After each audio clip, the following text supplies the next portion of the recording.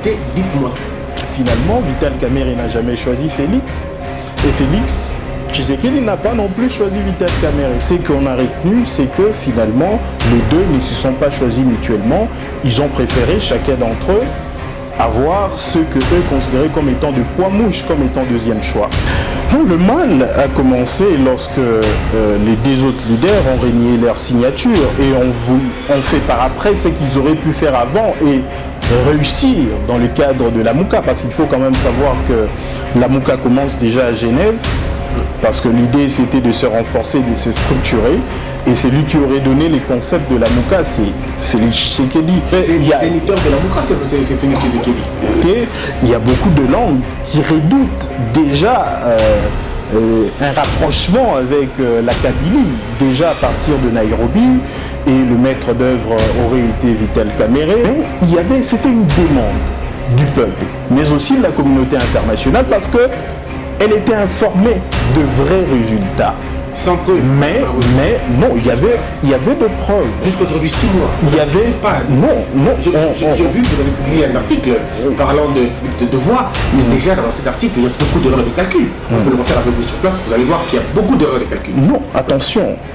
Lorsque l'Église catholique disait clairement avoir de preuves, et elle en avait, tous ces concepts veulent dire que c'est le peuple qui a la souveraineté et que le choix à respecter, c'est le choix fait par le peuple et non le choix fait à Kingakati. Aujourd'hui, les institutions sont le produit de Kingakati et on va en voir le résultat. Le Premier ministre désigné a d'abord félicité son chef de Kingakati avant de dire que le président actuel a tout simplement accepté de collaborer avec lui. C'est ce qui est grave.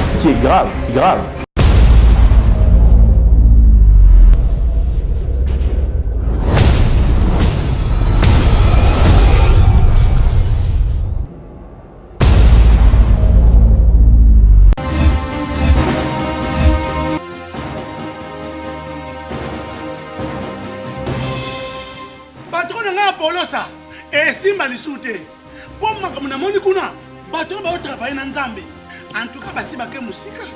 Donc là, yo ba mission na to pesa aux autres comme il faut. Place no awe za susute. Ah? Oyoki, allez quitter. Polosa. On na ba tshaba na kale. Na lomo na kekuna. Lava. Ah! On nous a arrangé na. Comment boquet? Ah ouais. Ni on yumi kaka. Vraiment. Qui ça? Et en plus, il y a qui ont commis partout dans l'Europe, dynamique Congo, commis partout dans l'Europe. Maman Coquette, ça est commis partout. Tout commis en Suède, tout commis à Paris, tout commis à Lille, tout commis à Bruxelles. Et puis, base la mission éthique toujours au long de la Angleterre.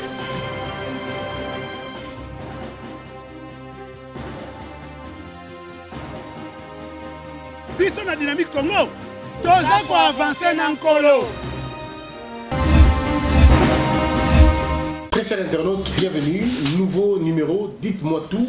Nous recevons quelqu'un de si important pour nous parce que de toute façon, vous l'avez tellement demandé. Non mais trouvez-nous quelqu'un de l'opposition finalement. Alors on va savoir s'il est réellement de l'opposition parce qu'ils se disent qu'ils ne sont pas de l'opposition. Par contre, ils ont gagné les élections. Il est avocat au barreau de Kinshasa Matete. Alors depuis très longtemps, il est dans le collège de porte-parole de la Mouka. Il s'appelle Maître Steve Kivueta.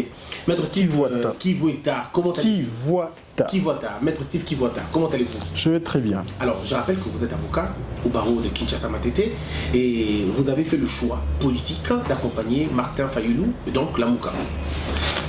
Effectivement, je suis plutôt de Nouvel Élan, d'Adolphe Mouzito, mais bien avant la campagne, les forces politiques ont décidé pour avoir une vraie alternance au sommet de l'État et bien en bas, il fallait avoir un candidat commun de l'opposition. À l'époque, il y avait l'UDPS, il y avait l'UNC, il y avait Nouvel Élan, il y avait MLC, il y avait Congo-Nabisso, je ne sais pas quel parti j'ai oublié. Au fait, il y avait toutes ces forces qui, ensemble, voilà, de Moïse Katumbi. Vite, hein. Non, je pense qu'il y en avait tellement. En fait, on était décidé d'avoir un candidat commun parce qu'en face, il ne fallait pas donner l'opportunité au FCC de pouvoir avoir encore une fois de plus un président de la République et faire la continuation de la souffrance du peuple congolais, parce qu'on estimait qu'il n'avait pas un programme convaincant qui pouvait résoudre le problème du peuple. Et donc, vous avez choisi d'accompagner Martin Fayulu. Mais personnellement, je n'ai pas choisi. Au fait, les leaders sont allés à Genval, ils ont fait le choix du candidat, à Genève plutôt, excusez-moi, ils ont fait le choix du candidat commun qui est Martin Fayulu. On était de ce fait-là obligés de travailler ensemble avec ces candidats communs qui s'avèrent aujourd'hui être le président légitime. On l'a soutenu du début de la campagne jusqu'à aujourd'hui. Alors, est-ce que nous pouvons dire aux Congolais que sans Genève, Martin Fayulu ne serait pas? Est-ce qu'on peut l'affirmer? Bon, Genève, c'est un endroit, il pouvait être choisi à Bruxelles, mais nous estimons... Sans ce conclave-là. Au fait, à l'époque, il faut se les dire, vous avez dit qu'il faut tout vous dire. Ouais, dites-moi tout. À l'époque, eh bien, il y avait deux grands leaders qui étaient favoris. C'était Félix Tshisekedi, c'était Vital Kamerhe. Et personnellement, j'avais un choix parmi les deux. Lesquels aujourd'hui? Bon, je ne les dirai pas, malheureusement. Dites-moi tout, hein. Bon, il faut quand même se les dire. Ouais. Ce qui est vrai, on était beaucoup plus proche de Félix Tshisekedi. On s'est rencontrés, d'abord nos leaders, les leaders de Nouvel Élan, a rencontré à plusieurs reprises Félix Tshisekedi. Effectivement, et même entre collaborateurs, on s'est côtoyés, on discutait, on préparait le rendez-vous. Mais il s'est fait que à cette époque, il y avait une vraie confrontation entre Vital Kamerhe et Félix Tshisekedi, parce qu'il faut savoir que le mode de choix du candidat commun, c'était d'abord le consensus. Oui, il fallait choisir par consensus. Mais si on en est arrivé à faire le choix par le vote, c'est parce que le consensus n'était pas de mise. Le consensus n'était pas de mise parce que aucun d'entre les deux n'acceptait l'autre. Donc il y avait un vrai blocage entre Félix Tshisekedi et Vital Kamerhe. Vous parlez d'où, en Afrique du Sud ou à Genève? Avant Genève. D'accord. Avant Genève. Là, nous sommes au Congo, on peut parler l'Afrique du Sud. Effectivement. Donc on sentait qu'entre les deux, en choisissant l'un, on avait beaucoup plus de possibilités de perdre l'autre. C'était vraiment comme ça, c'était clair, il y avait une division sérieuse. On est arrivé en Afrique du Sud, les critères ont été établis, mais au niveau de Genève, pour couper court à ces blocages que le peuple ne supportait plus, il a fallu faire le vote. Et le vote est tombé sur Martin Fayulu. Effectivement, le vote est tombé sur Martin Fayulu parce que le système de vote qui a été établi, c'était un système de vote qui devait permettre à ce que finalement, qu'on puisse casser la méfiance entre leaders. Le système de vote, c'était, vous avez un premier choix qui est vous-même et un deuxième choix qui doit être la personne que vous estimez après vous qui pourrait être candidat. C'est à ce moment-là que, finalement, Vital Kamerhe n'a jamais choisi Félix. Et Félix Tshisekedi n'a pas non plus choisi Vital Kamerhe. Justement parce que Martin Fayulu leur avait demandé cela. Il paraîtrait que Martin Fayulu est allé voir Félix Tshisekedi pour lui dire: écoute, ne vote jamais pour Katumbi, ne vote jamais pour Kamerhe, il est contre toi, et surtout pas à Matungulu. Il a dit des mal de toi. Il a dit d'aller dire comment on appelle Monsieur Vital la même chose, ne vote pas pour tel parce qu'il a dit ceci pour toi. Est-ce que c'est la vérité? Dites-moi tout. C'est faux, parce que de toutes les façons, on ne parle pas de petits-enfants, on parle de candidats à la présidentielle. Donc, si vous pouvez être au niveau d'entendre des racontards et faire votre choix par rapport à ce qui a été dit dans quelques minutes, ça veut dire que vous n'étiez pas responsable pour assumer la présidence de la République. Donc, c'est du racontard. Ce qu'on a retenu, c'est que finalement, les deux ne se sont pas choisis mutuellement. Ils ont préféré, chacun d'entre eux, avoir ce qu'eux considéraient comme étant de poids mouche, comme étant deuxième choix. C'est ce qui va amener Freddy Matungulu et Martin Fayulu au deuxième tour. Et finalement, c'est Martin Fayulu qui aura été choisi, même par Félix Tshisekedi. Et juste après, il dira qu'aujourd'hui, les changements, c'est Martin Fayulu.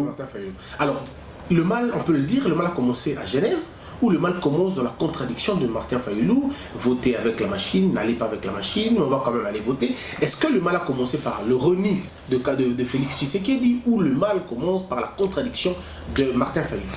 Non, le mal a commencé lorsque les deux autres leaders ont régné leur signature et ont fait par après ce qu'ils auraient pu faire avant et réussir dans le cadre de la Mouka. Parce qu'il faut quand même savoir que la Mouka commence déjà à Genève, parce que l'idée c'était de se renforcer, de se structurer. Et c'est lui qui aurait donné les concepts de la Mouka, c'est Félix Tshisekedi. Donc déjà, en régnant leur signature, ils sont allés faire à Nairobi ce qu'on attendait d'eux depuis très longtemps. Il y a de mauvais... Le géniteur de la Mouka, c'est Félix Tshisekedi. Plus ou moins, c'est lui qui donne le concept. Bon. Au fait, ils sont allés faire à Nairobi ce qu'on attendait d'eux, bien avant même Genève. Et finalement... Félix Tshisekedi sera choisi comme candidat de l'autre côté. Il y a beaucoup de langues qui redoutent déjà un rapprochement avec la Kabylie, déjà à partir de Nairobi. Et le maître d'œuvre aurait été Vital Kamerhe. Il dirait viens. À l'époque, certaines langues disaient qu'il y avait un plan FCC et cash pour que lorsque Shadari sera proclamé président, que Félix Tshisekedi prenne la primature, parce que c'était incompréhensible de voir ceux qui étaient considérés comme étant de poids lourds sur qui la plupart des leaders comptaient, parce que chacun des leaders comptait sur entre le deux. À l'époque, on appréciait bien Martin Fayulu, sa force, son courage, sa détermination, mais je peux vous assurer qu'il était loin d'être le favori parmi les leaders. Alors, on va aller beaucoup plus en profondeur. La Mouka est une organisation des intellectuels, des gens qui comprennent qu'il faut changer le pays. À l'époque, la mauvaise rumeur, la mauvaise réputation de Vital Kamerhe traîne encore. C'est pas qu'il était sain à ce moment-là. Vous saviez ses relations avec le pouvoir. Vous saviez déjà qu'il était quelqu'un de pas bien, tout ça, ce qu'on raconte. Et les problèmes de diplôme de Félix Tshisekedi, vous le saviez aussi. Il paraîtrait que vous étiez au courant qu'il n'avait pas de diplôme, qu'il avait triché, il était dans tout ça. Mais pourquoi avoir accepté d'abord de coopérer avec des fraudeurs et des traîtres et s'attendre à un résultat positif? D'abord, il y a deux choses. Il faut savoir que premièrement, en face de nous, nous avions un système, d'ailleurs ce qui perdure jusqu'à aujourd'hui, du FCC avec la Kabylie, qui voulait s'imposer en violation de toutes les lois du pays, en commençant par la Constitution. Et de ce fait, on devait savoir que, à force de ne pas trouver le meilleur, on devait trouver le moins mauvais. Parce que le mauvais, c'était Kabila, et le moins mauvais, c'était une autre personne, un autre leader parmi le 7 à l'époque, qui pouvait effectivement amener tous ces leaders vers un système qu'on allait, cette fois-ci, transformer en un véritable système démocratique et d'état de droit, qui pouvait effectivement ramener aux élections de 2 tours, etc., et d'autres réformes, ce qui ferait que 5 ans après, on aurait 2 candidats non exclus par la Kabylie, non exclus par un camp politique, et on aurait la bonne compétition. Un peu, notre objectif, c'était de pouvoir réussir une transition sans Kabila. En réalité, le faire partir, parce que c'est lui qui était considéré comme étant le mal, et faire un véritable changement du pays, une révision constitutionnelle et des réformes sérieuses. Parce qu'on doit quand même savoir que on doit faire avec la classe politique qui est là. Chacun avait ses défauts, on ne pouvait pas chercher un ange en enfer. Mais pourquoi vous n'acceptez pas cette logique aujourd'hui, qu'on travaille avec ceux-là, qu'on considère comme des mauvais, sachant qu'il n'y a que la classe politique avec laquelle on va faire? Non, mais c'est différent. À quelle différence? La différence est que on a fait un hold-up électoral. La différence est que... Vous avez participé? Non. On a participé aux élections. On ne savait pas complètement, ou si on le savait, on pensait au moins qu'il ne pouvait pas en arriver là. Vous espérez et surtout avec quelqu'un avec qui on était, c'est-à-dire Félix Tshisekedi, qu'il puisse participer à un hold-up électoral.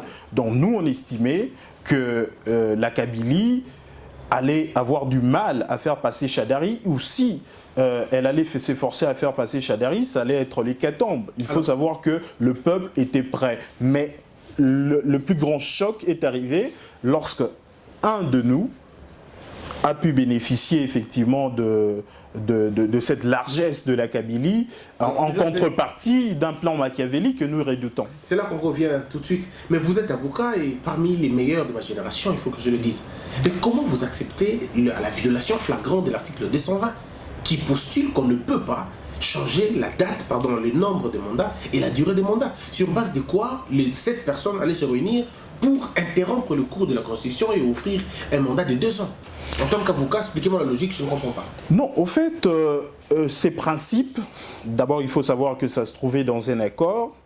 Pour que ça soit appliqué, il fallait passer par la révision constitutionnelle. Et à l'époque, faire cette révision constitutionnelle, on devait passer par le peuple, c'est-à-dire à travers le référendum. L'option de pouvoir avoir un mandat de 2 ans, le souci premièrement c'était de régulariser les cycles de l'élection présidentielle. Vous savez que le président Kabila avait volé 2 ans au peuple congolais, pratiquement 3 ans.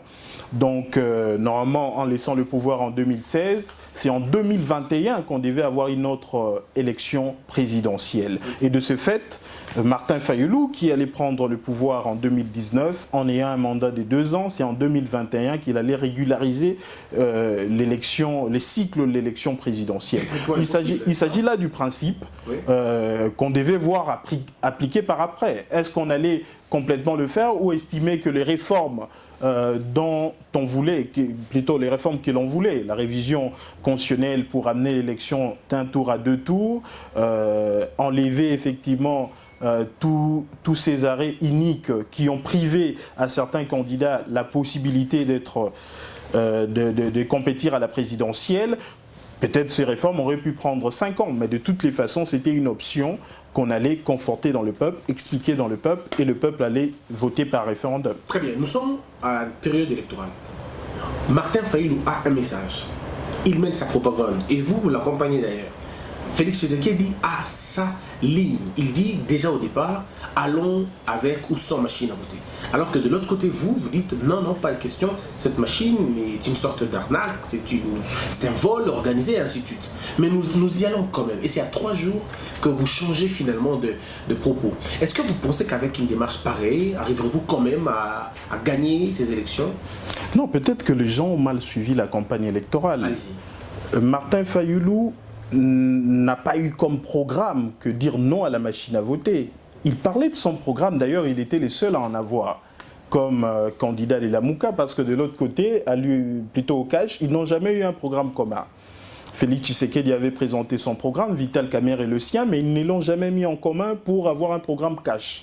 Et le FCC, on savait, leur programme, il n'y avait rien d'intéressant. Ce n'est que la continuité du programme de la Kabylie, de Kabila. Plus important que le vôtre, plus important que celui de cash. Non, soyons sérieux. Ils ont donné un budget plus important, mais de manière contradictoire. Le Premier ministre Tshibala, qui était en fonction, présentait le premier budget du mandat du nouveau président, c'est-à-dire de 2019, en présentant un budget de 5 milliards. Donc ça n'avait pas un lien avec le programme de leur candidat à la présidentielle. Donc il n'y avait rien de sérieux. Donc Martin Fayulu était le seul à avoir un programme et il l'a défendu. Et le peuple l'a apprécié par rapport à ses programmes et par rapport à l'unité de ses leaders, parce qu'il était le seul à être le symbole de l'unité nationale. Et d'ailleurs c'est le peuple qui lui a dit: vas-y avec cette machine à voter, on va la dompter. Et finalement,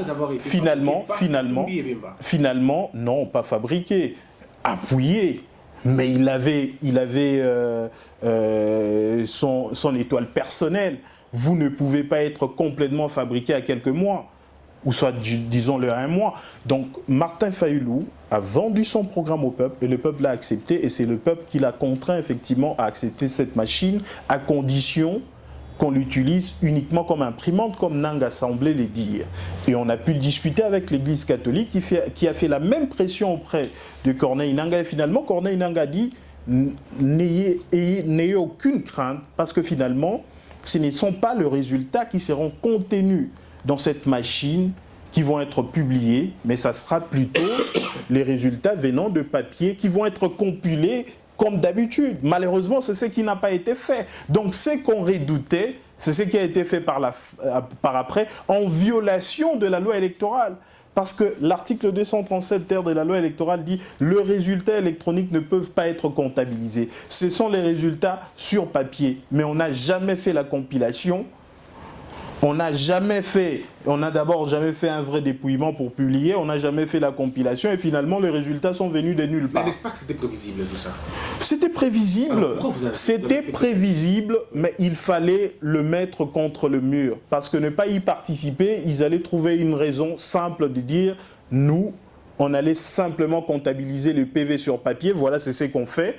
Mais eux, ils n'ont pas voulu participer aux élections. On les a mis contre le mur. Maintenant, aujourd'hui, sur le plan national et international, tout le monde sait, avec un peu de conscience, on sait qu'il y avait un hold-up électoral, c'est la Kabylie qui continue. On a un président qui est cloîtré à la présidence, qui sera au Kanchachi, pendant que le vrai pouvoir, c'est à Kingakati. C'est ça la réalité aujourd'hui. Je reviendrai sur la question pour en parler, mais continuons dans la logique de la Mouka. Mais finalement, on perd les élections. Vous perdez les élections. Selon une compréhension. D'accord, vous n'êtes pas proclamé président de la République. Mais vous acceptez quand même de poursuivre la justice à laquelle vous ne croyez pas déjà. Est-ce que ce n'est pas contradictoire déjà?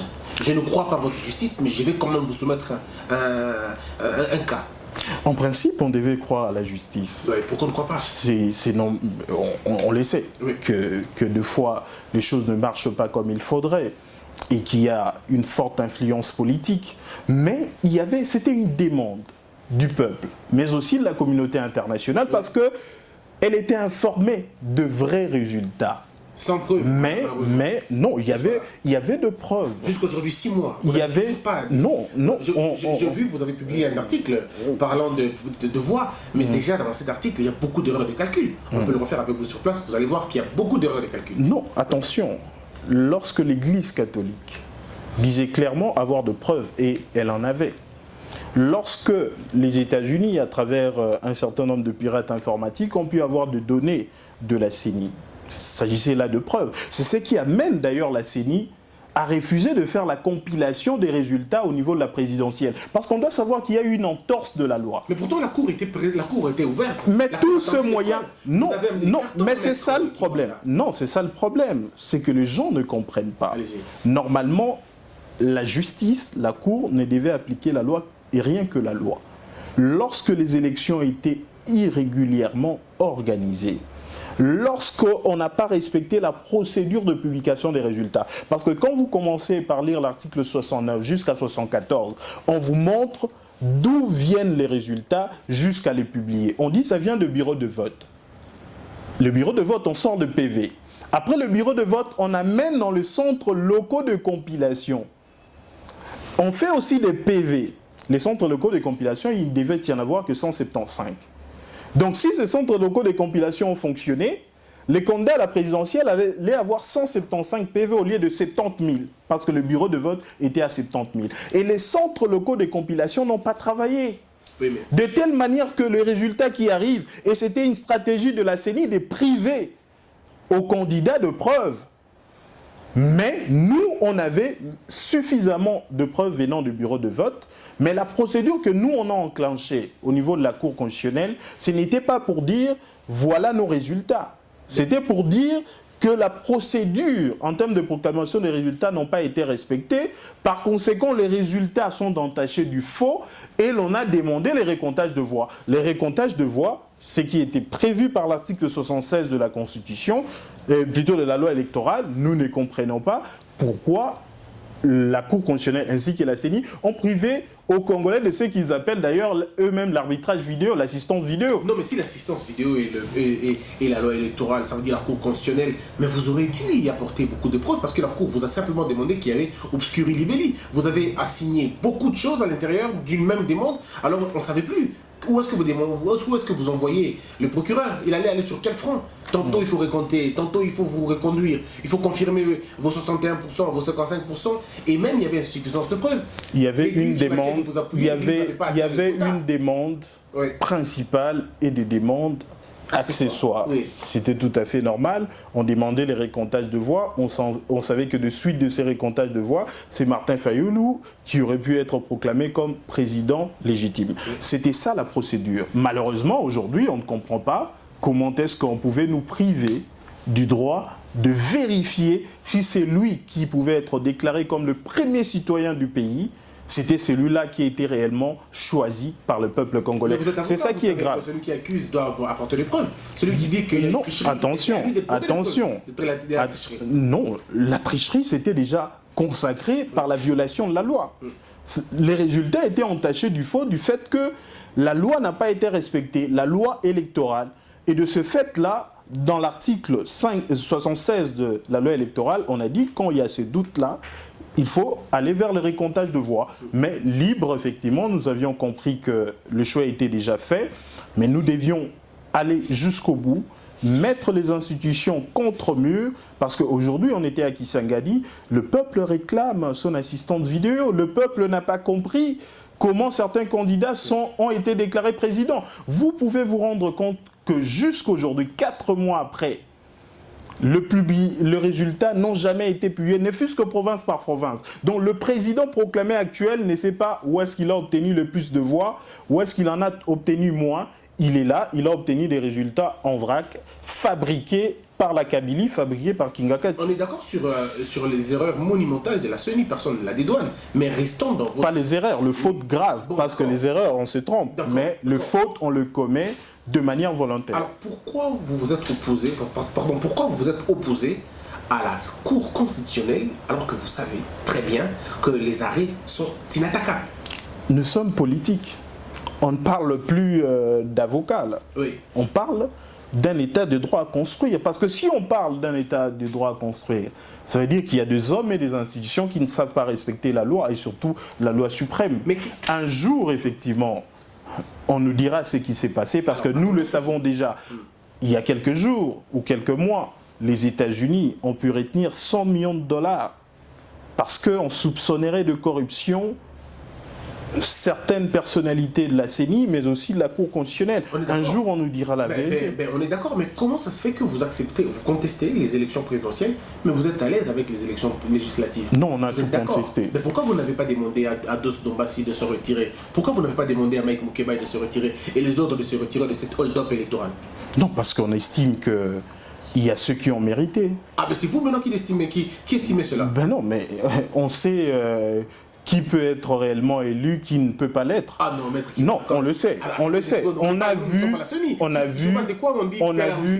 non, on le sait. Oui. On sait comment ça se passe. Il y a des gens qu'on ne pouvait pas facilement débusquer. Mais c'est subjectif ce que vous dites. Non, ce n'est pas subjectif, oui. C'est rationnel. D'ailleurs, dans le résultat en vrac que la CENI a publié, on donne 7 millions à Félix Tshisekedi, on donne 6 millions à Martin Fayoulou, on donne à peine, je pense, 4 millions à Chadari, mais paradoxalement, c'est le FCC qui obtient la majorité au Parlement. Plus de 350 députés, plus de 350 députés, ça veut dire révision constitutionnelle sans passer par le référendum. Plus de 350 députés, ça veut dire on peut mettre en accusation le chef de l'État. Plus de 350 députés. Je sais que vous le dites parce que c'est une émission politique, mais vous savez que c'est très difficile sur la pratique de le faire.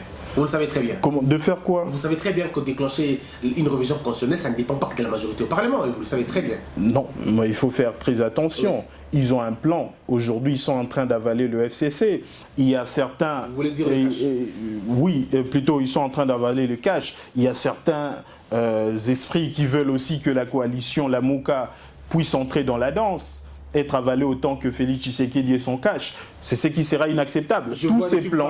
Tous ces plans tendent effectivement à faire du FCC un MPR bis sous l'autorité morale de l'ancien président Kabila. C'est que nous, on n'acceptera jamais. Alors, notre Kivota, quand vous avez appris que l'Église catholique s'est rétractée, quand vous avez appris que même M. Moussengo, qui était hier contre cette tricherie, entre guillemets, m'a serré quand même la main à Félix Tshisekedi, a reconnu en lui la présidence, entre guillemets, la France, qui était hier votre allié, la Belgique, votre allié, les États-Unis, votre allié, quand vous avez appris que tout ce monde est parti finalement, qu'est-ce que vous vous êtes dit?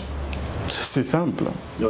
Ils devaient partir. Ils ont mordu. Non, ils n'ont pas mordu. Et alors, qu'est-ce qui se passe? Pour ne parler que de Laurent Mosengo, il a fait une conférence à Bruxelles où il a dit sa vérité. Oui, et puis après... La vérité, ce n'est pas un produit périssable. Mais tout simplement, l'Église catholique, il faut le savoir. Et nous, on le sait. Peut-être qu'on ne vous dit pas tout, comme vous avez dit. Tout. Mais l'Église catholique, c'est un grand partenaire de l'État. L'Église catholique gère de milliers d'écoles. Les écoles qui sont conventionnées. Non, mais à un certain moment, l'Église catholique était obligée d'entrer dans le réalisme parce que il faut faire l'éducation, il faut faire la santé. L'Église catholique est un grand partenaire de l'État. Le combat politique, ce n'est pas pour l'Église. L'Église est là pour un combat de valeurs. Ils continueront, d'ailleurs, ils continuent de parler de la vérité. Ils savent et ils l'ont dit que le vrai président élu, c'était Martin Fayulu. Mais dans l'entretemps, il faut travailler avec un président de fait qui s'est imposé. Alors, donc, et c'est ce qu'il faut. Est-ce qu'aujourd'hui, la Mouka ne meurt pas sur l'autel du réalisme, finalement? Parce qu'on a comme l'impression que monsieur Katumbi a la Mouki, comme on dit en Lingala. On a comme l'impression que monsieur Bemba est en train de coller la Mouka aussi. Il n'y a que vous qui dormez avec la vérité des urnes. Non. Est-ce que c'est vrai ou faux? Non. Alors dites-moi. D'abord, les gens ne comprennent pas qu'en réalité, le combat de la Mouka, c'est le combat du peuple.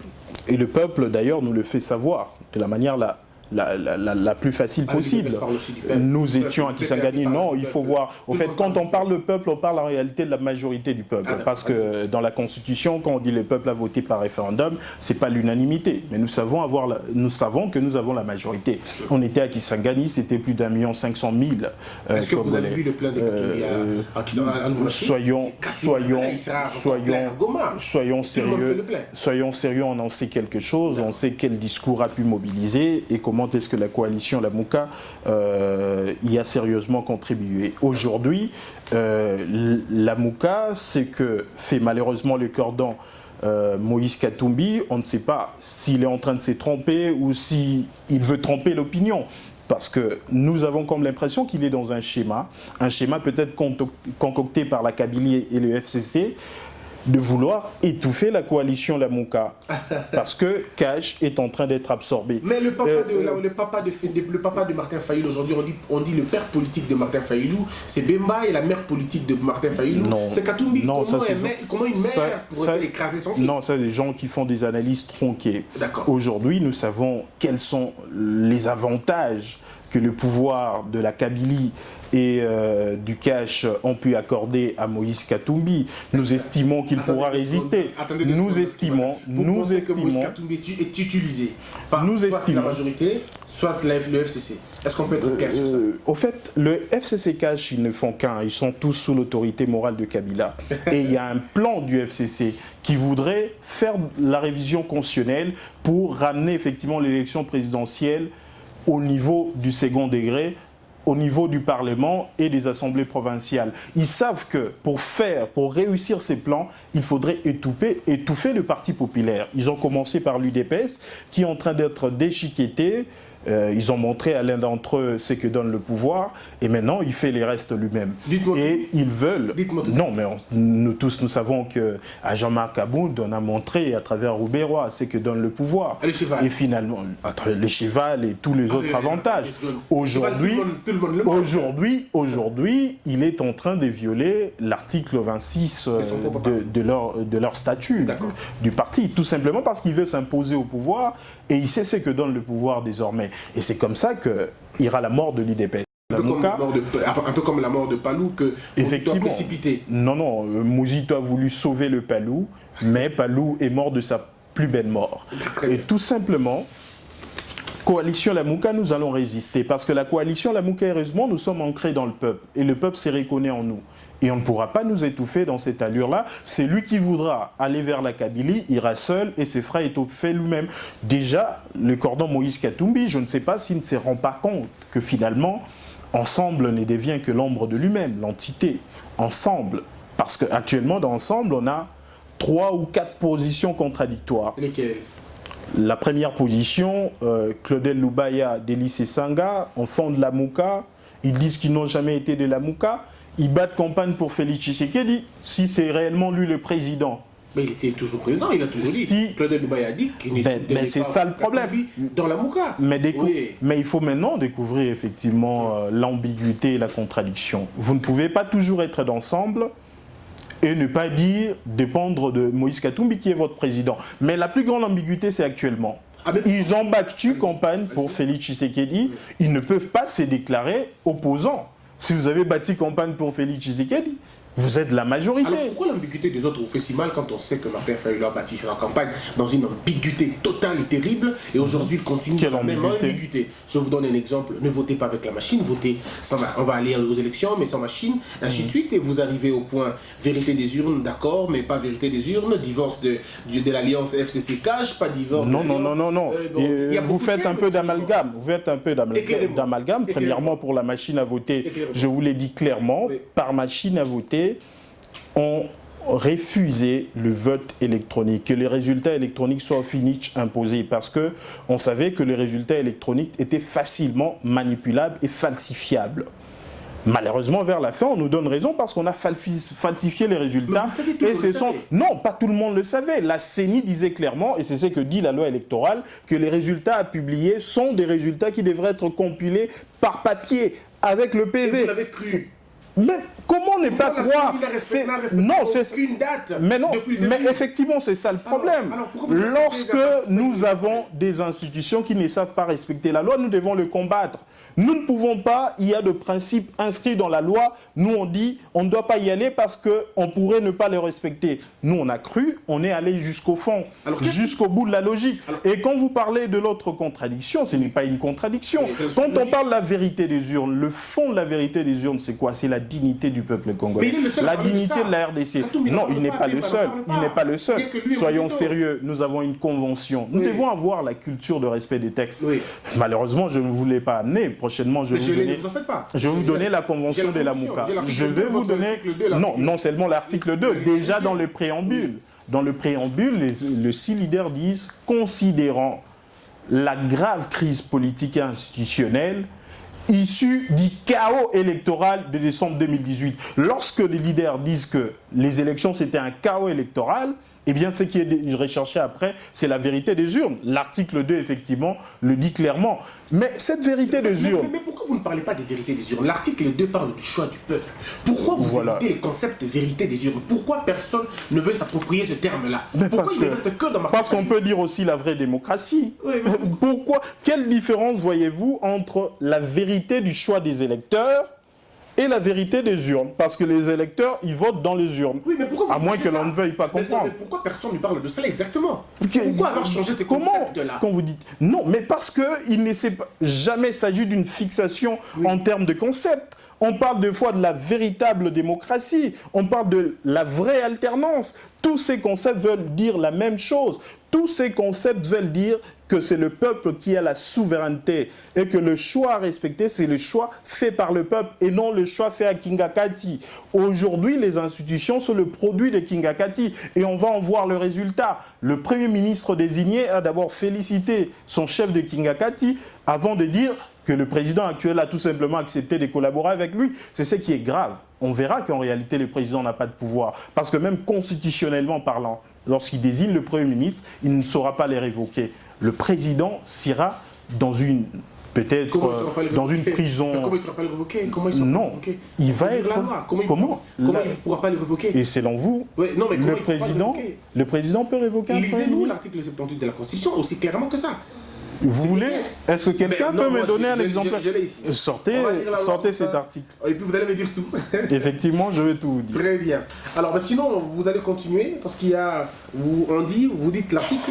Donnez-moi l'article 78, on va dire 78, on peut se tromper, mais on ne sera pas loin de l'article 78. Le président de la République nomme le Premier ministre au sein de la majorité parlementaire après consultation de celle-ci. Il met fin à ses fonctions sur présentation par celui-ci de sa démission du gouvernement. Effectivement. Mais il met fin à ses fonctions. Qui met fin? Est-ce que je peux? Allez-y. Il met fin à ses fonctions par la présentation de ces derniers de sa démission. La démission, elle est volontaire. Oui, mais on peut... C'est-à-dire, non, vous pouvez... Non, soyons sérieux. J'en sais quelque chose. J'ai travaillé sur les régimes politiques quand j'étais à la 3e année de graduat. J'en sais quelque chose. C'est-à-dire, le régime semi-présidentiel, en réalité, le pouvoir de gestion, c'est aux mains du Premier ministre. Le président de la République n'a de l'influence que s'il dispose de la majorité parlementaire. Et c'est à ces titres-là qu'il peut faire pression au Premier ministre de démissionner, sachant que si ces derniers refusent, la majorité parlementaire va voter une motion de censure contre ces premiers ministres. C'est une lecture totalement contraire à la logique de la chose. Non, comment ça? Les choses sont claires. Prenons les derniers alinéas, il est beaucoup plus clair que nous, il met terme au débat. Le président de la République nomme les autres membres du gouvernement et met fin à leurs fonctions sur proposition du Premier ministre. Mais effectivement, c'est-à-dire le pouvoir, c'est le Premier ministre. Une ordonnance du président de la République qui révoque un membre du gouvernement sans le contre-seing du Premier ministre, ça ne peut valoir. Donc tout une concertation.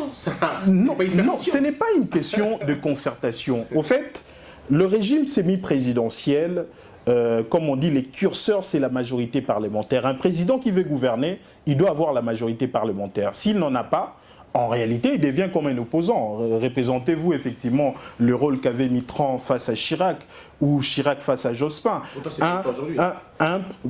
Comment ? C'est pas le cas aujourd'hui. Comment ça ? Il s'agit d'une coalition. Non. Et la coalition n'a jamais été faite. Je vais vous dire tout, effectivement. C'est quoi une coalition ? Oui, dites-moi tout. En droit constitutionnel et en sciences politiques, on parle d'une coalition lorsqu'il y a concordance entre la majorité parlementaire et la majorité présidentielle. De manière claire, ça veut dire ceci. Un président est élu avec sa force politique et sa même force politique, en tant que parti au regroupement, obtient la majorité parlementaire. C'est ça le classique. Lorsque un président est élu pendant que sa force politique, son parti au sein du regroupement politique, n'obtient pas la majorité parlementaire, on est dans une cohabitation. Oui. Mais maintenant, on a voulu... Il est possible de faire une coalition, même si effectivement, ce n'est pas évident de mettre en place une vision commune. Mais finalement, Félix Tshisekedi, donc le FCC et Cash, nous ont inventé une coalition atypique. C'est que moi j'appelle une coalition cohabitation. Pourquoi ? Premièrement, une coalition suppose que vous puissiez mettre ensemble vos forces politiques. Non. FCC Cash se regarde en chien de faïence. Ils ont un accord qui est caché, c'est un deal. Deuxièmement, je vais en finir. Deuxièmement, il faut mettre en commun vos députés. Oui. C'est en ce moment-là que vous créez une coalition majoritaire. C'est ce que dit la Constitution. Mais ça devrait être fait par un informateur. Il n'a jamais été désigné. Par contre, qu'est-ce qui a été fait ? Oui. Nous avions tous lu un communiqué conjoint FCC Cash. Que disaient ces communiqués ? Dites-moi tout. Le Cash, dont le président était Jean-Marc Abound et le coordonnateur du FCC Néhémie Moulania, ont clairement identifier le FCC comme étant la majorité parlementaire et non pas le FCC Cash. Ça a été clairement dit que la majorité parlementaire appartient au FCC. Cash a été mis de côté. Et on a dit que c'est le FCC Cash qui va désigner un Premier ministre qui sera nommé par le président. Donc ils n'ont pas mis en commun leurs députés. Troisièmement, une coalition suppose une vision commune. Mais dès le départ, les 100 jours, c'était quoi? Le programme de qui? Du chef de l'État. Et non pas, en violation d'ailleurs de la Constitution, parce qu'un chef de l'État ne peut pas avoir un programme. Le chef de l'État ne peut pas gérer. Ce n'est pas pour rien qu'il est irresponsable devant le Parlement. Parce que gérer suppose en contrepartie être responsable, en répondre. Aujourd'hui, plus de 75% des dépenses pendant le premier trimestre ont été faites en violation de la Constitution et de la loi relative aux finances publiques, mais les directeurs de cabinet du chef de l'État ne sauront en répondre devant le Parlement. Donc déjà, ça montre qu'ils n'ont pas une vision commune. Nous avons eu pendant les 100 jours un programme du cash, donc du chef de l'État, et pendant les autres jours, on aura un programme du FCC qui sera complètement différent du programme qui était un peu comme la poudre de perlimpinpin du chef de l'État. Ma position m'empêche de rentrer en débat avec vous parce que je ne fais que poser des questions, malheureusement. Même si vous avez la mort dans l'âme, quoi. Je suis bloqué, je ne peux pas avancer plus loin, mais on va avancer parce qu'il faut que je vous laisse le temps de nous expliquer beaucoup de choses parce que c'est vous l'invité d'aujourd'hui et je respecte ce fait-là. Est-ce qu'aujourd'hui on peut parler de la Mouka encore une fois ou sommes-nous en train d'assister à une vraie et belle mort de la Mouka? La Mouka avait cette leader au départ il y en a deux qui ont montré leur vraie nature, qui ne savent pas respecter le texte, qui ne savent pas respecter leur signature. Ils ont quitté la Mouka. La Mouka a toujours existé. La Mouka a ajouté un autre leader, Moussa Nyamwisi. Actuellement, nous sommes à 6 leaders. Et nous estimons qu'en dehors de quelques écarts du coordonnateur actuel, qui semble peut-être ne pas comprendre les textes, ou du moins... Il s'écarte, il ne comprend pas les textes. Il s'écarte. Des propos quand même durs. Hein. Non, il s'écarte de la ligne parce que nous avons un texte. Parce qu'il dit... Pas pourquoi. Oui. Comment peut-être? Parce qu'il y a un texte. Oui, donc, disons... Et dans ce texte-là, il est clairement dit, d'abord en dehors de la vérité des urnes dont je parlais à l'article 2 et dans le préambule, mais l'article 4 et 5 disent que ce genre de décision qu'il a communiqué à la télé, c'est pas à lui de le prendre, c'est au présidium, qui est l'organe suprême. Mais quelle décision il a pris? Non, mais quand déjà il dit, il va faire l'opposition républicaine. Deuxièmement, quand il dit, non pas seulement lui, mais la Mouka va faire l'opposition républicaine. Et deuxièmement, il dit que la Mouka va aller reconnaître le président proclamé actuel, qu'il a été réellement élu par le peuple. Ce sont de graves décisions, ce sont de grandes options qu'il prend. Mais quand Martin demande à Félix de démissionner, il demande à qui? Ben non. Il demande à un président. Heureusement que vous le dites. Oui. C'est conforme à la Convention. De démissionner. C'est conforme à la Convention. Parce que notre article 2 nous dit que nous devons mobiliser le peuple pour avoir une vraie alternance démocratique et politique. Ça veut dire que notre combat... Non, on ne l'a pas. Ah, peut-être que vous, personnellement, vous l'estimez. On n'en a pas. On a un président qui est le prisonnier des luxes de Kingakati. On va le voir, il n'aura pas de décision. Déjà dans l'armée, on voit qu'il n'a rien changé. Pourtant, aujourd'hui, il fallait maîtriser les forces de sécurité pour estimer réellement qu'on avait une alternance. Il allait nommer qui comme général d'état-major? Quelqu'un de décidé? Quelqu'un d'ensemble? Il allait faire de grands changements. On ne peut pas entrer dans le détail pour dire l'armée et la police. Il y avait tellement de gens. On allait apporter le vrai changement. Ça veut dire aujourd'hui, nous avons une alternance tronquée, une fausse alternance, et on le verra. C'est le FCC qui a tout le pouvoir. On est d'accord, mais qu'est-ce que Martin Fayulu allait faire s'il était président, par exemple? Au niveau de l'armée, qu'est-ce qu'il allait faire? Un chamboulement. Ce n'est pas qu'au niveau de l'armée, c'est le vrai changement. Oui, je ne voudrais pas répéter le fait que Félix Tshisekedi a dit que le changement c'était Martin Fayulu. Martin Fayulu, en étant proclamé, il allait être le vrai président élu et légitime. Il allait avoir un pouvoir qu'un président nommé n'a pas. Avec combien de députés? Qu'est-ce qu'il allait faire exactement? Non, mais soyons sérieux. Soyons sérieux. Il n'a qu'un seul député. Je ne voudrais pas vous rappeler que la proclamation des résultats de législatives s'était fait après. Martin Fayulu, avec le vent du changement, allait amener les députés du changement, ceux qui allaient être réellement élus par le peuple et proclamés par la Cour constitutionnelle. Mais comment, avec quel mécanisme? C'est là que mais le mécanisme du sérieux. Tout comme il n'a pas été proclamé, ça veut dire que ce qui a été proclamé, ça a été déjà concocté. Jean-Pierre Bemba, déjà pendant la campagne électorale, nous disait que le FCC a préparé à avoir plus de 350 députés, c'était connu. Tandis que accepter Martin Fayulu comme étant le vrai président, c'est qui allait être la vérité, eh bien on allait transmettre la même vérité au niveau de législative. Ou sinon, Martin Fayulu, une année après, il dissolverait l'Assemblée nationale. Mais qui vous dit que Félix ne le fera pas? Eh bien, on le voit déjà. On sent déjà qu'on veut la juste noce avec le FCC.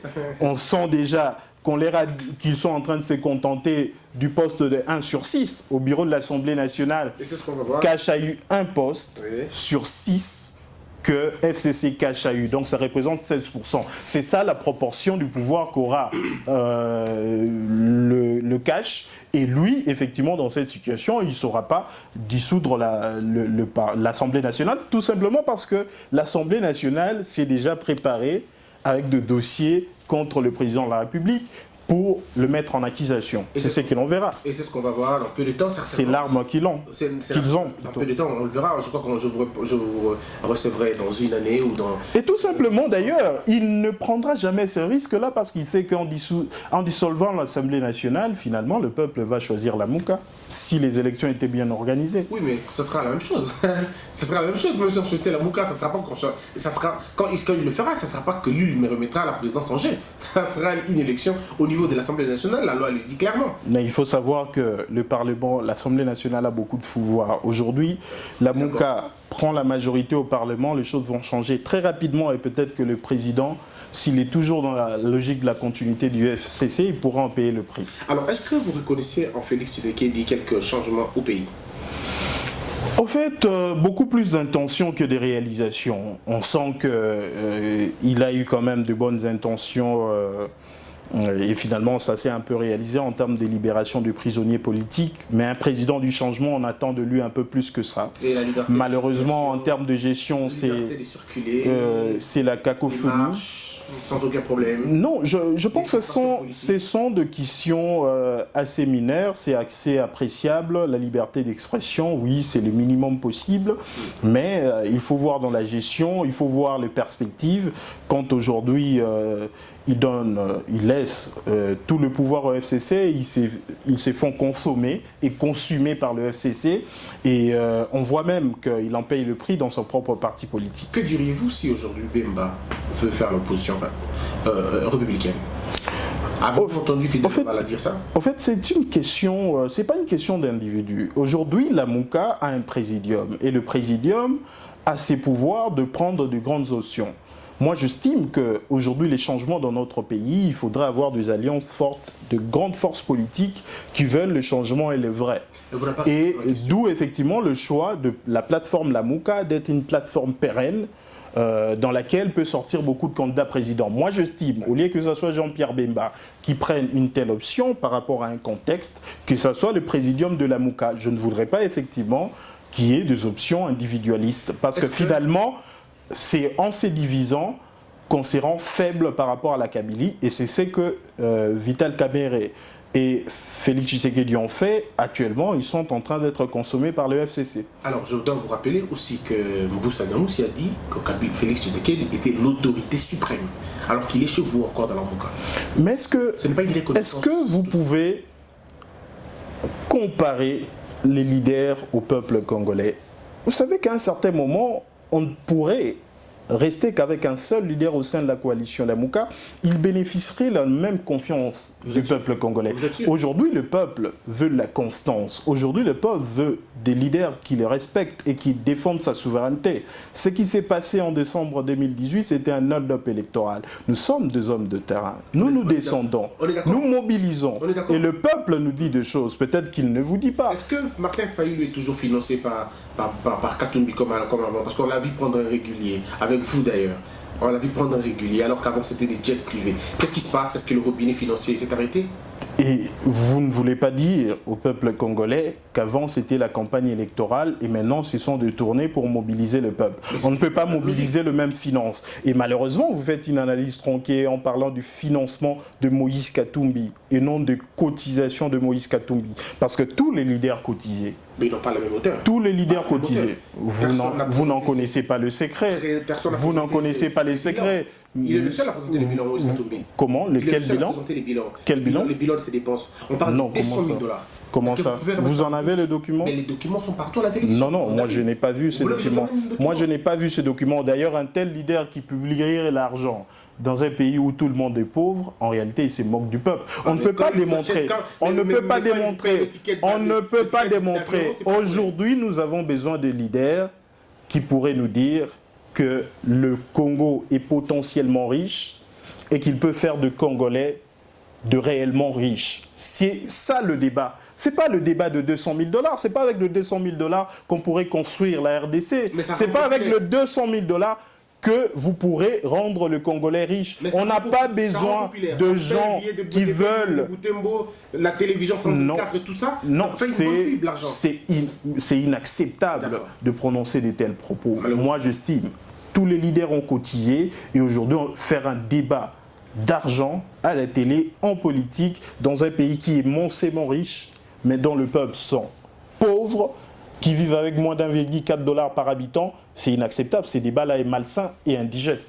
Alors, on va terminer, Maître Kivota. Merci d'avoir accepté ces débats à bâton rompu. Je voudrais simplement terminer en vous posant une seule question. Est-ce que la Mouka tient encore la route ou vous pensez qu'il y a des mauvaises intentions qui sont déjà dedans? Non, mais il y a des mauvaises intentions. Mais tout simplement, ces mauvaises intentions vont être annihilées par la conviction du peuple congolais. Vous allez chasser Katumbi? Non, mais attention, quand quelqu'un a de mauvaises intentions, il se chasse de lui-même. Mais nous estimons qu'il peut encore s'amender et revenir vers le présidium pour qu'on lève de nouvelles options. Parce que de toutes les façons, le peuple est vigilant. Le peuple ne perd jamais. Alors, dites-moi, et le peuple gagne toujours, comme le disait Rossi Mukendi. Pourquoi le dernier président du présidium? Martin Fayoulou, oui, vous Martin avez Fayoulou, pardon. Pourquoi Martin Fayoulou est le dernier sur la liste, alors que c'est lui le porte-étendard aujourd'hui de cette grande famille politique de la Mouka? Il serait le premier. Pourquoi c'est Moïse Katumbi le premier? Et quand vous parlez du dernier, c'est à quel titre? Parce qu'il est le dernier sur la liste. Le rôle, l'alternance, ça sera lui. Mais le dernier peut devenir à un certain moment le premier, parce que ça va tourner. Parce qu'on ne comprend pas. Est-ce que Bemba et Katumbi ne veulent pas reprendre ce qu'ils ont donné à Martin Fayoulou? Non, bien sûr que non. Il faut être clair. Aujourd'hui, la coalition, la Mouka, la présidence tournante, ça sera 4 fois l'an. Oui. Donc il y a des possibilités que ça retombe à un certain moment chez Martin Fayoulou, peut-être vers l'élection présidentielle. Mais ce qui est l'idée de fond, c'est quoi? Quelles sont les compétences qu'on a accordées au coordonnateur? Ce n'est pas de décider à la place des autres. Le coordonnateur n'est qu'un premier parmi les égaux. C'est ainsi qu'on lui donne un court temps. Les grandes décisions sont prises par le présidium. Le coordonnateur n'est que le porte-parole. Alors, que vous soyez le dernier ou le premier, il n'y a pas de changement. Il n'y a pas de différence. Je m'en voudrais si je ne vous pose pas. Je m'en voudrais, pardon, si je ne vous pose pas cette question. Et ce sera la plus dernière. C'est une fiction, mais répondez-moi et dites-moi tout. Aujourd'hui, une élection présidentielle à laquelle participent Messieurs Bemba, Monsieur Katumbi et Monsieur Fayoulou, le peuple votera pour qui? C'est le peuple qui le décidera. Non mais dites-moi. Je ne peux pas avoir cette prétention et cette arrogance de décider à la place du peuple. Personnellement, je ne sais pas. Mais j'estime que c'est celui qui aura le meilleur projet. Qui en aura? Parce qu'on doit aussi débattre projet. On n'en débat pas assez. On estime qu'on doit choisir. Ben non, mais ne parlez pas projet. Non, mais attention, la vérité des urnes, le meilleur projet ne peut que s'appliquer dans un contexte où le peuple choisit. Parce que si jamais le meilleur projet, le peuple le choisit, mais Kinga Kati ou quelqu'un d'autre en décide autrement, on lui accorde le pouvoir, ce n'est pas cela un système démocratique. D'abord, nous nous battons pour un système démocratique parce que nous estimons que c'est dans ce genre de système que le peuple peut choisir le meilleur projet. Merci beaucoup, Maître Kivota. Je rappelle que vous êtes avocat et porte-parole de la Mouka aujourd'hui. Effectivement. Qu'est-ce qu'on retient comme mot de la fin et un mot par rapport à l'émission qui vous reçoit pour la première fois? Comme mot de la fin, le peuple doit savoir qu'aujourd'hui se dessinent 2 camps dans notre pays. Il y a un camp qui ne sait pas respecter sa parole. Il y a un camp qui ne fait que la continuation de la souffrance du peuple. Il y a un camp où on retire des signatures. Et ce camp-là est symbolisé par le FCC Cash. Et en face, vous avez un camp qui, avec beaucoup de difficultés peut-être, avec des calculs personnels de certains leaders, probablement. Mais c'est quand on s'est bas. C'est quand là c'est bas pour la dignité du peuple congolais de la RDC, pour faire respecter la souveraineté du peuple. C'est quand là a le meilleur projet pour notre pays. Et il s'est transformé en plateforme politique et nous estimons que chacun de leaders aura l'opportunité un jour d'être candidat à la présidentielle et même le remporter. Mais en rapportant la présidentielle, ça ne sera pas à travers un deal, mais ça sera à travers une véritable alternance, d'où le combat de la coalition La Mouka, de mobiliser le peuple. Afin d'obtenir cette alternance, nous y resterons et nous y serons constants. Et ceux qui vont accepter d'aller vers le trou du FCC, dans le camp de ceux qui ne savent pas respecter les textes et leurs signatures, libre à eux. Mais la coalition La Mouka va continuer tant que le peuple existera et on sait le peuple gagne toujours.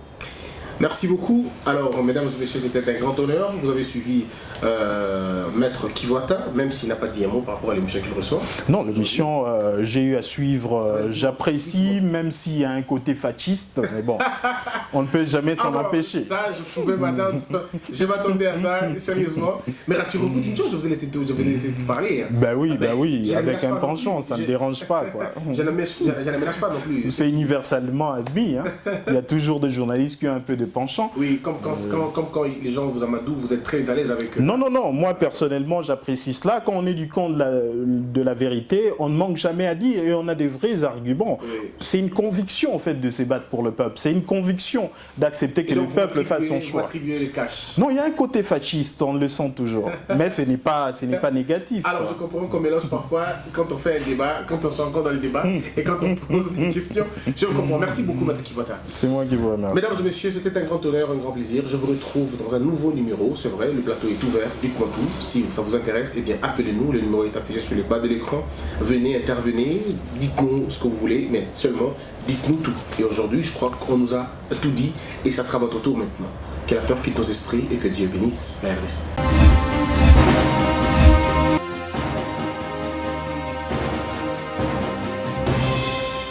Patron nga Polosa et simba lisute.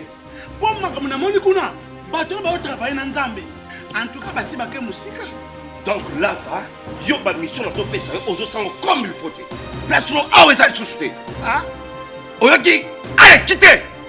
Polosa, on na ba tshaba ni na kale. Na lomo na ke kuna, na ke kuna. Là-bas. Ah! Oh, nous avons un orange na. Comment coquette? Ah, Vraiment. Qui ça? Et en plus, il y a qui ont commis partout dans l'Europe, dynamique, Congo, commis partout dans l'Europe. Comment coquette? Ça est commis partout. Tout comme en Suède, tout comme à Paris, tout comme à Lille, tout comme à Bruxelles. Et puis, base la mission est toujours Londres, Angleterre.